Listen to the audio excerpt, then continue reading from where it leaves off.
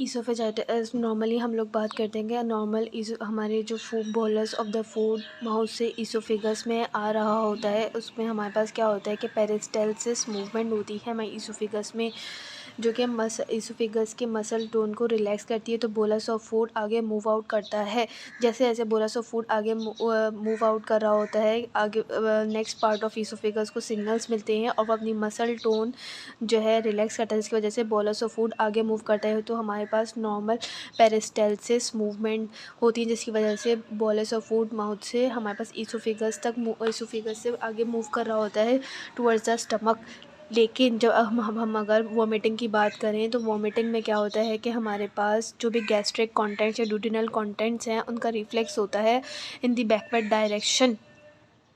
तो इसमें भी इसी तरीके से होता है कि इम्पल्सेस मिलते हैं और हमारे पास मसल टोन ईसोफेगस की रिलैक्स होती है, जो गैस्ट्रिक कंटेंट्स हैं वो हमारे पास बाहर की तरफ मूव आउट करते हैं।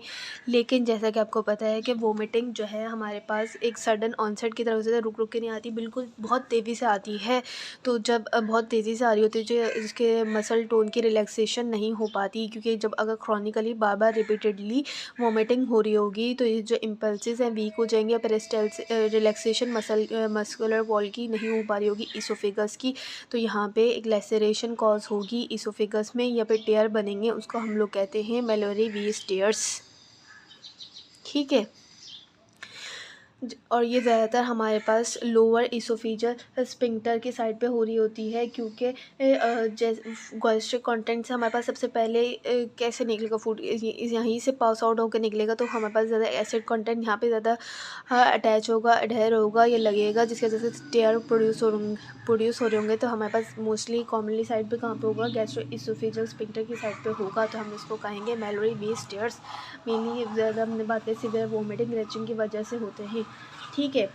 अब हम लोग इसके अदर कॉजेज़ होते हैं ईसोफेजाइटिस के, वो देख लेते हैं। केमिकल रेडिएशंस और द इन्फेक्शियस एजेंट्स। केमिकल्स में हम लोग बात करते हैं जो मेन कोरोसिव एजेंट्स हो गए, हैवी हॉट लिक्विड्स हो गए, अल्कलीज एसिड्स की वजह से भी ईसोफेजाइटिस हो रहा था। स्मोकिंग, अल्कोहल, सिवियर मेडिकेशंस की वजह से भी हमारे पास ईसोफेजाइटिस हो रहा था। मेडिसिनल पिल्स में हमारे पास डॉक्सीसाइक्लिन आ जाते हैं, बिस्फॉस्फोनेट्स आ जाते हैं, जो कि ईसोफेजियल लाइनिंग के साथ जाके एडहेयर हो जाते हैं और वहाँ से हमारे पास कॉज कर देते हैं ईसोफेजाइटिस। इसको हम लोग पिल इंड्यूस ईसोफेजाइटिस भी कहते हैं।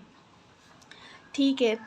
उसके बाद हम लोग रेडिएशंस की बात कर लेते हैं। कुछ रेडिएशंस, कीमोथेरेपी वगैरह, रेडिएशन थेरेपी या फिर ग्राफ्ट होस्ट डिजीज़ भी हमारे पास ईसोफेजाइटिस करवाती हैं। इन्फेक्शियस कॉजेज़ की बात करें तो इन्फेक्शियस कॉजेज़ में हमारे पास 3 तरह के कॉजेज़ आ जाते हैं, बैक्टीरियल, वायरल और द फंगल। बैक्टीरियल कॉजेज़ की अगर हम लोग बात करें तो बैक्टीरियल इन्फेक्शन तभी होगा जब कोई और डिजीज़ होगी। लेट्स सपोज़ के सॉर थ्रोट हो रहा है, तो उसकी वजह से बैक्टीरिया की वजह से ईसोफेजाइटिस हो सकता है। और अगर हम लोग फंगल की बात करें, फंगल में मेनली कैंडिडियासिस होता है।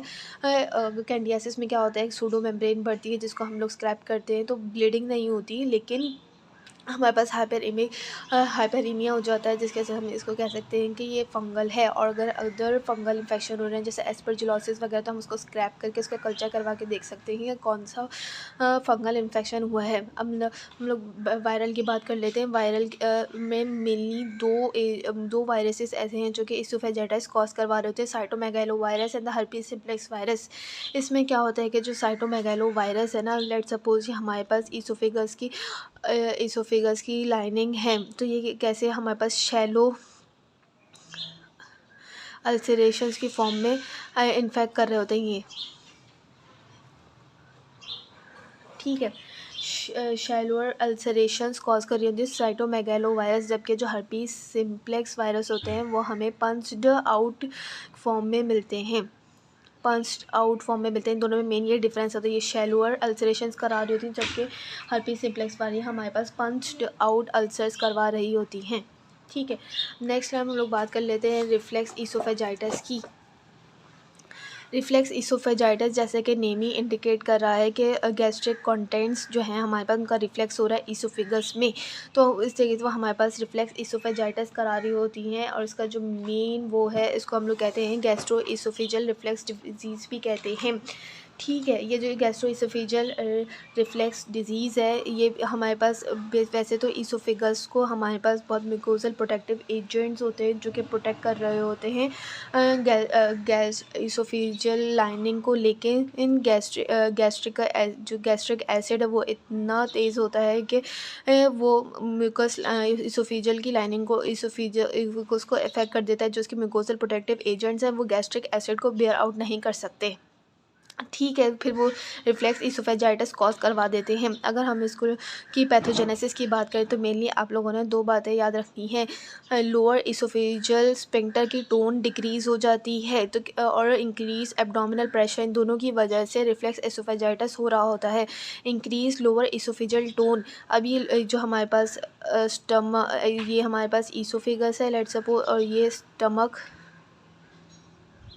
यहाँ पे हमारे पास नेचुरली एक लोअर इसोफेजियल स्फिंक्टर प्रेजेंट होता है जो हर वक्त क्लोज रहता है जाके, ताकि जो गैस्ट्रिक एसिड या गैस्ट्रिक सिक्रीशन वो हमारे पास इसोफेगस में नहीं जा सके। जब हमारे पास ये टोन डिक्रीज़ हो जाएगी तो ये लोअर इसोफेजियल स्फिंक्टर हैं वो रिलैक्स रहेंगे और सब कोई कंटेंट्स वगैरह हमारे पास इसोफेगस में जाते रहेंगे जो कि फिर हमारे पास इसोफेजाइटिस कॉज करेंगे।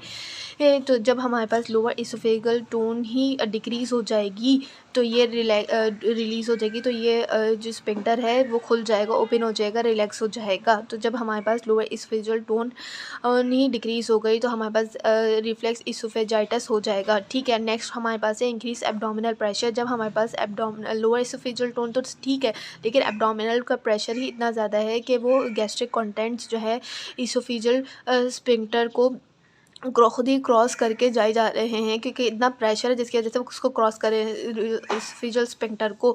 ठीक है, तो ये भी हमारे पास कॉज करेगा रिफ्लेक्स इसोफेजाइटिस। दो मेन कॉजेज हैं, decrease lower oesophageal sphincter tone और इंक्रीज एब्डोमिनल प्रेशर।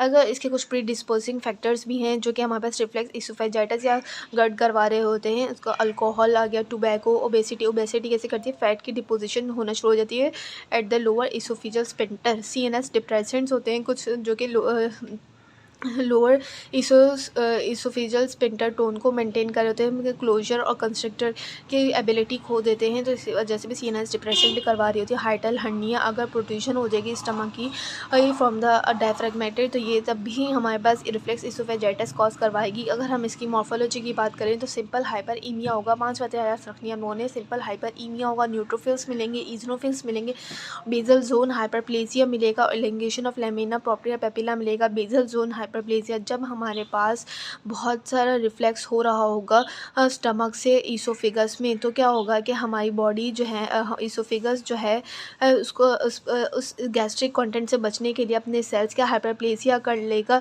ताकि वो इससे बच सके रिफ्लेक्स से। तो यही हाइपरप्लेसिया हमें अगर सीवियर केसेस में मिलेगा गर्ड के। ठीक है, 5 चीज़ आप लोगों ने याद रखनी है। उसके अलावा अगर हम लोग उसके क्लिनिकल फ़ीचर्स की बात करें तो क्लिनिकल फ़ीचर्स में हम लोगों को क्या क्या मिल सकता है, हार्ट बर्न मिलेगा। जो सिवियर गर्ड में हार्ट बर्न मिलता है, लोगों को ऐसा लगता है कि उनका सीने में बहुत तेज़ जलन हो रही है, लेकिन होता वो गर्ड है, रिफ्लेक्स इसोफेजाइटिस। ठीक है, या फिर पेशेंट्स को ऑडाइनोफेजिया मिल सकता है, डिस्फेजिया मिल सकता है। ठीक है, और रिगर्गेटेशन भी मिल सकती है। अगर हम लोग इसकी कॉम्प्लिकेशंस की बात करें ज़्यादा से ज़्यादा क्या होगा रिफ्लेक्स इसोफेजाइटिया में, इसोफेजियल अल्सरेशन मिल सकती हैं हम लोग को, हिमेटेमेसिस मिल सकता है, मेलेना मिल सकता है, सूचर की डेवलपमेंट मिल सकती है, बैरेट इसोफिगस भी मिल सकता है, और लेयरली हमें इसोफेजियल कार्सिनोमा भी मिल सकता है। ठीक है, ट्रीटमेंट इसका यही है कि या तो प्रोटॉन पम्प इनहिबिटर दे दिया जाए या फिर इसको फौरी ट्रीट किया जाए या स्फिंक्टर टोन को मेंटेन कर दिया जाए। ठीक है, ये तो हमारा हो गया रिफ्लेक्स इसोफेजाइटिस। अब हम लोग डिस्कस करेंगे eosinophilic oesophagitis and the Barrett oesophagus.